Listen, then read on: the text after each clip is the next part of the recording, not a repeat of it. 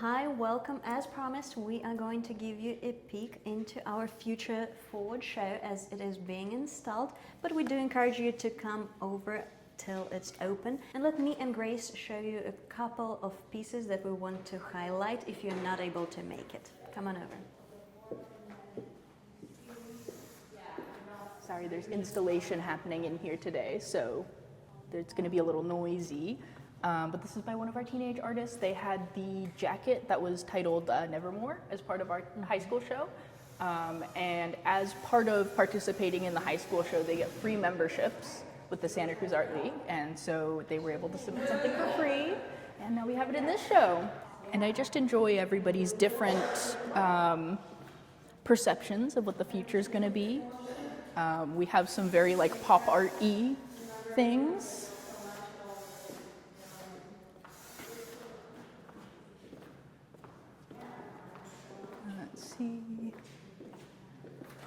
During our earlier discussion, we talked about taking inspiration from different art in your own art. So you can see a few different references to contemporary art. But it still becomes their own thing. This is one of my favorite artists, Will Glass. He is an astrophotographer. He goes up to Bonnie Doon, so locally he goes up there and he takes pictures.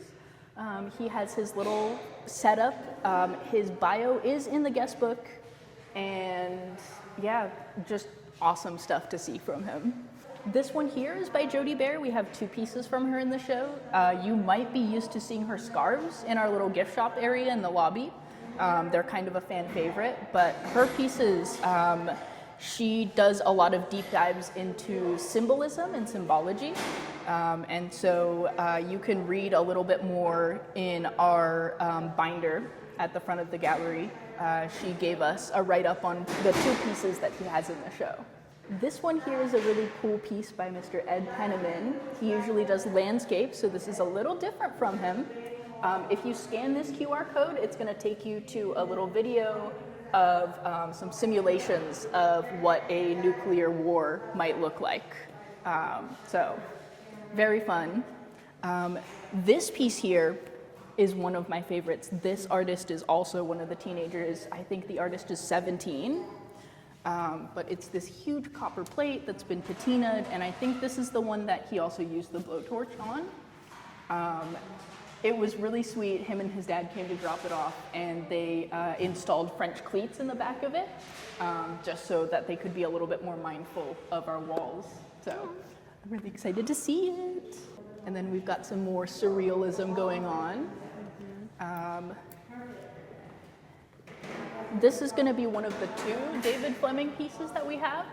In our podcast that we recorded earlier today, we talked a little bit about seeing images in contemporary media and taking inspiration from that. So this one and the other piece that he has, which I think is Solidarity Now, you can kind of see, what he's taken inspiration of in the current socio-political climate. So come check it out. Light box? Yes, this is a light box, but you can see that there's a gentleman kind of building a structure out of driftwood at the beach. Very Santa Cruz. Mm-hmm. This is one of my favorite pieces that we have in the gallery right now. It's called Apples All the Way Down.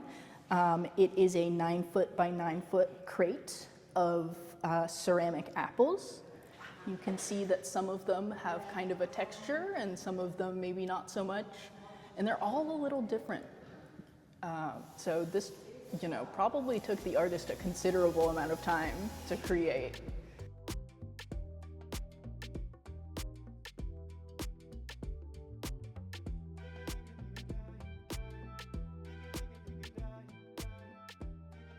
And of course, one of my favorite artists, Sam Olster, he does a lot of, actually, if you read his artist bio, he describes his style as probably modern. And I think that I would agree. He usually has a lot of words in his stuff. And then he has a lot of these little figure caricatures and very layered. He tends to work over old pieces as well, and so you get that kind of buildup of his thought process and different things that he's working through. So very rich pieces.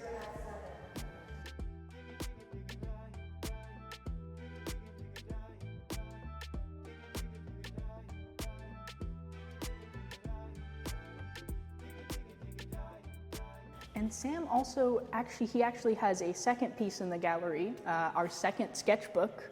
We can go and look at that in a little bit, but viewers are encouraged to very gently flip through it. And then we also have Dolly's interactive sketchbook as well, we can check out in a minute. This one is Escape Your Cubicle. Just a fun time, I love it. I will admit that I didn't get this one at first. The Bit Gnome, he is mining for Bitcoins. That's clever. I know, right?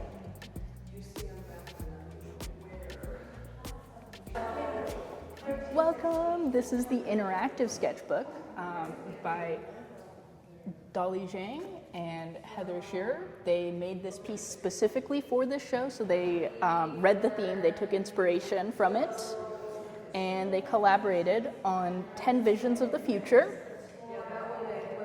So viewers of the show, guests of the show, are invited to look through the pages. So they have kind of a little narrative going on, and then a section where viewers are invited to respond. They dropped off some pens and colored pencils, so people are invited to write responses or draw their thoughts on what's happening.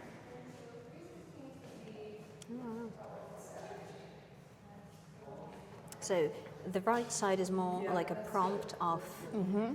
The right side is more like a prompt for the creation for you on the left. And is it going to be one page per artist, or are you supposed to? It's just a dialogue, so people are encouraged to write and draw as they come in. Let me see, I want to take you to my personal favorite, which is the Bird Translator app.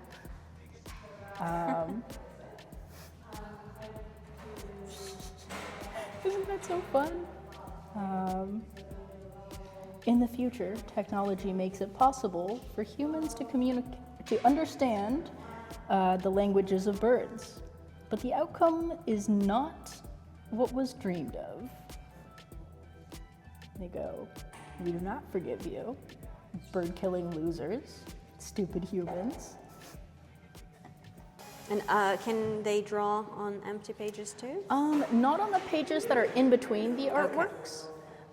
We're also going to have some rules for engagement printed and posted here when the show opens. That's good. I know.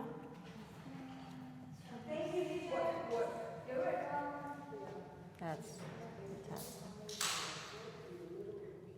This is another one of my favorite pages.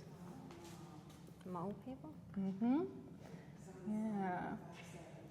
Let's see, it says, "The surface of the earth became too hot for most creatures to inhabit. For close to a century, humans debated the merits of living on other planets and or space stations versus remaining on Earth and living underground. In 2307, humanity split into two groups: deserters, those who left for outer space, and dwellers, those who stayed behind to live underground. By the year 3000, dwellers have evolved into a more humanoid creature." I'm glad I'm not going to be alive. Anyways. 3000. But we invite everybody to come and, join in, put their thoughts in the interactive sketchbook. What else do we have? Some very cool photography. Got some more textile art. I love this one.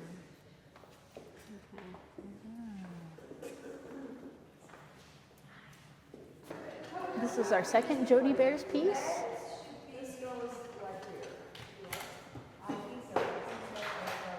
Very cryptic. I know. So many symbols.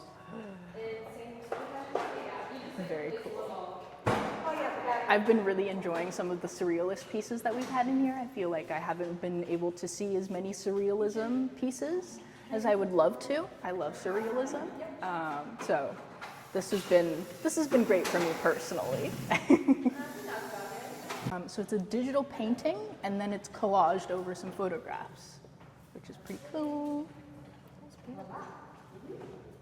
Okay, let's go straight to the curtains where it's quieter. I do love this piece. I appreciate the Magritte and Picasso references. And it's a triptych, actually, which I did not notice originally when I was looking at it first. And I do appreciate the words integrated into the piece as well. That always makes my brain tingle just in the right way. I feel like this is such a great example of the future forward piece. And that just speaks of how well curated this collection is. The little collage of children whose feet are slightly peeking out of the square is just such a beautiful detail. It's almost like they're stepping into the future out of this life as it's being formed. At least that's my interpretation of it, and I'm loving it. And a piece by April Reed that I was inevitably and immediately drawn to. It's called Childhood Revisited, and as the artist said, it's meant to be interactive. You are encouraged to gently engage with the piece itself.